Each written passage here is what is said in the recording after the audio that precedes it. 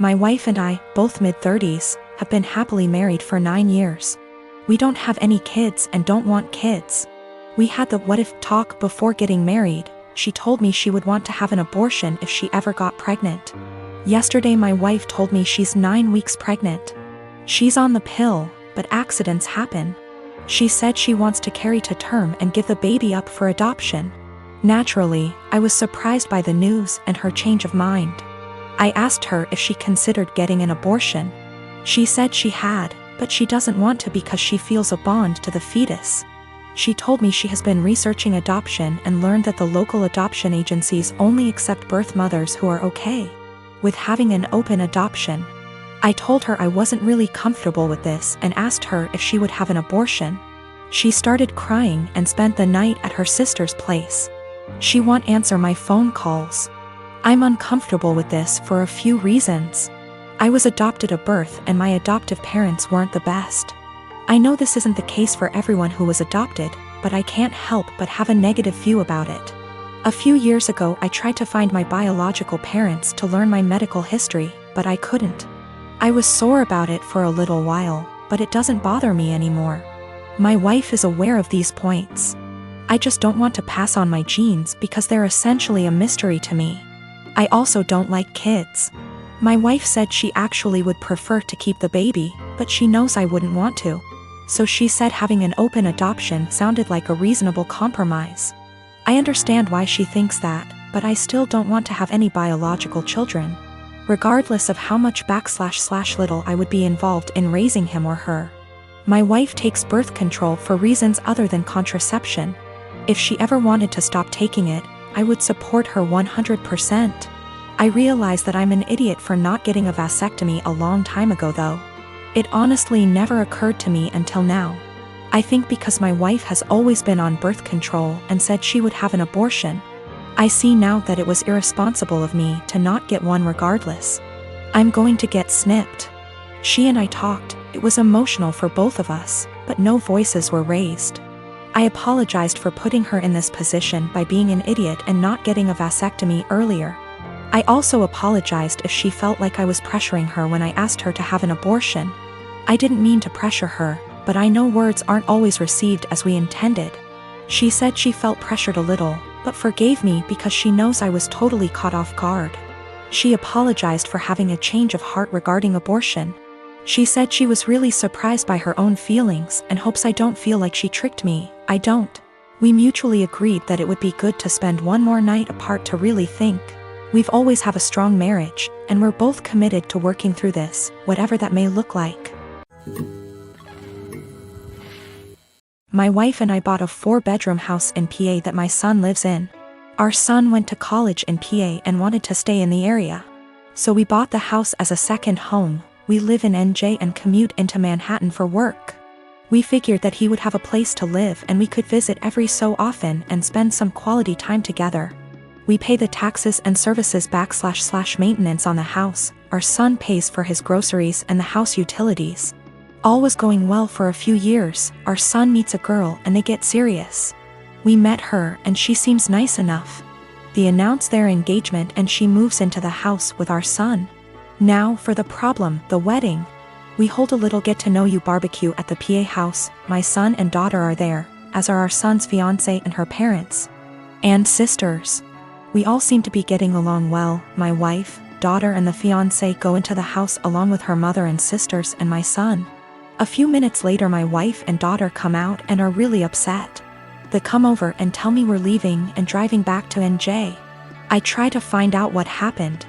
Once we get back to NJ and they calm down, they tell me that our son and his fiancée along with her family don't want us at the wedding. According to what I was told, we're not their kind of people.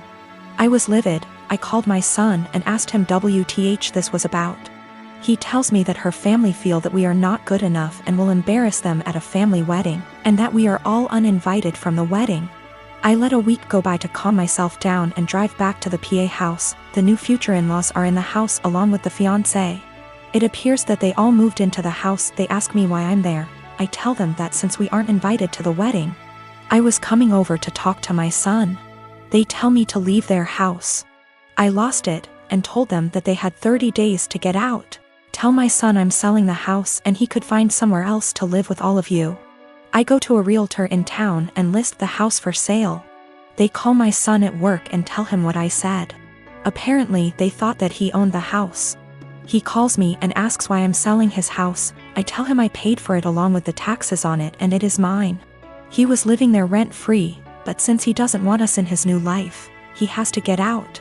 I tell him the same as I told his future in-laws, they have 30 days to get out, then I'll get a lawyer and get them evicted. Am I the for taking a hard stance on this?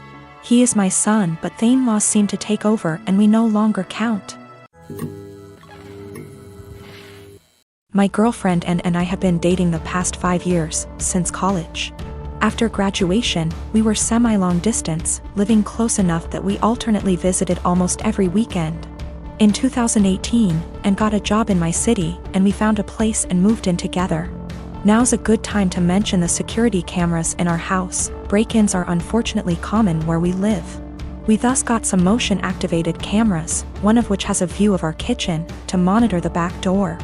The cameras only record when there's motion so they can retain footage for a very long time. And of course knows this. About a year ago, and started complaining I wasn't contributing equally to chores. I've been obsessive about chores my whole life. Growing up, not doing the dishes meant no video games for a week. When I lived with roommates, I was always the chore Nazi, making damn sure we all stuck to our chore wheel. And is just as fastidious about chores, so we just naturally alternated who did what.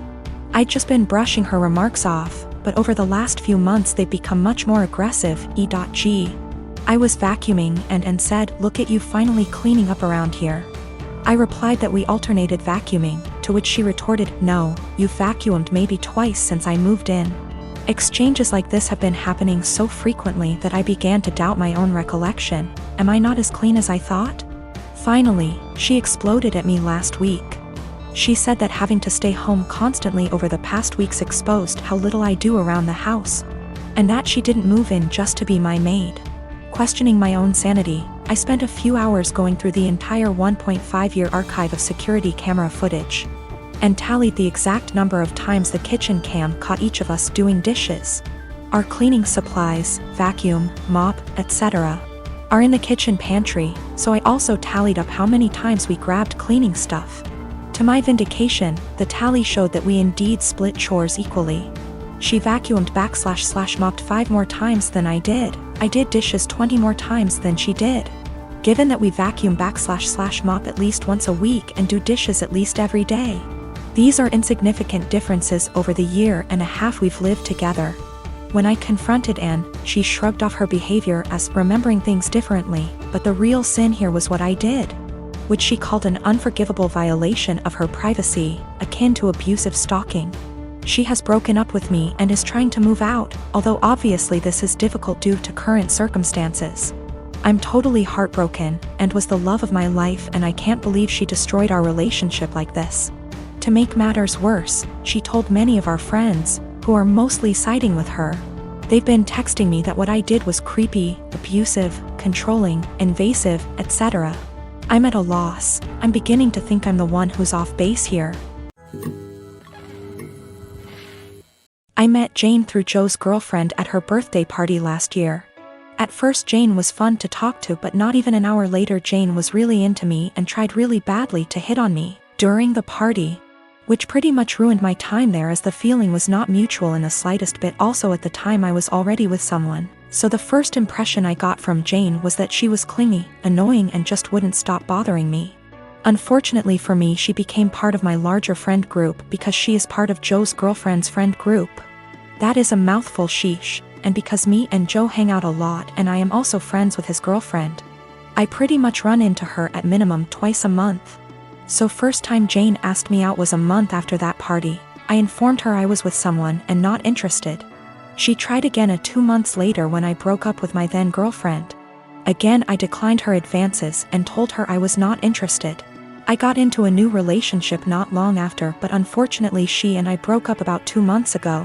Since then, as you might have anticipated, Jane has asked me out again. I said no again. Well, that brings us to this week. Everything has been opening up here, and Joe had been trying to fix me up with a friend of his girlfriend and would not tell me who. He is well aware of me having rejected Jane multiple times and the fact I am not interested in her. He knows this in detail. After a lot of what he calls convincing and I call whining, I had no interest in dating anytime soon. I relented and decided to agree to this double date idea of his.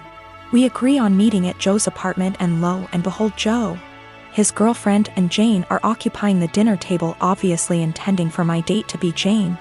I honestly just got so goddamn angry that I couldn't even get a single word out, turned around and left. I have been bombarded with texts and calls about how much of a douche I am and how terribly I hurt Jane and so on, and I am just like, I literally rejected her like 3 times. I am not interested in her. You knew that. Your girlfriend knew that. Our entire friend group has a running joke about obsessive Jane FFS, so literally everyone knows it.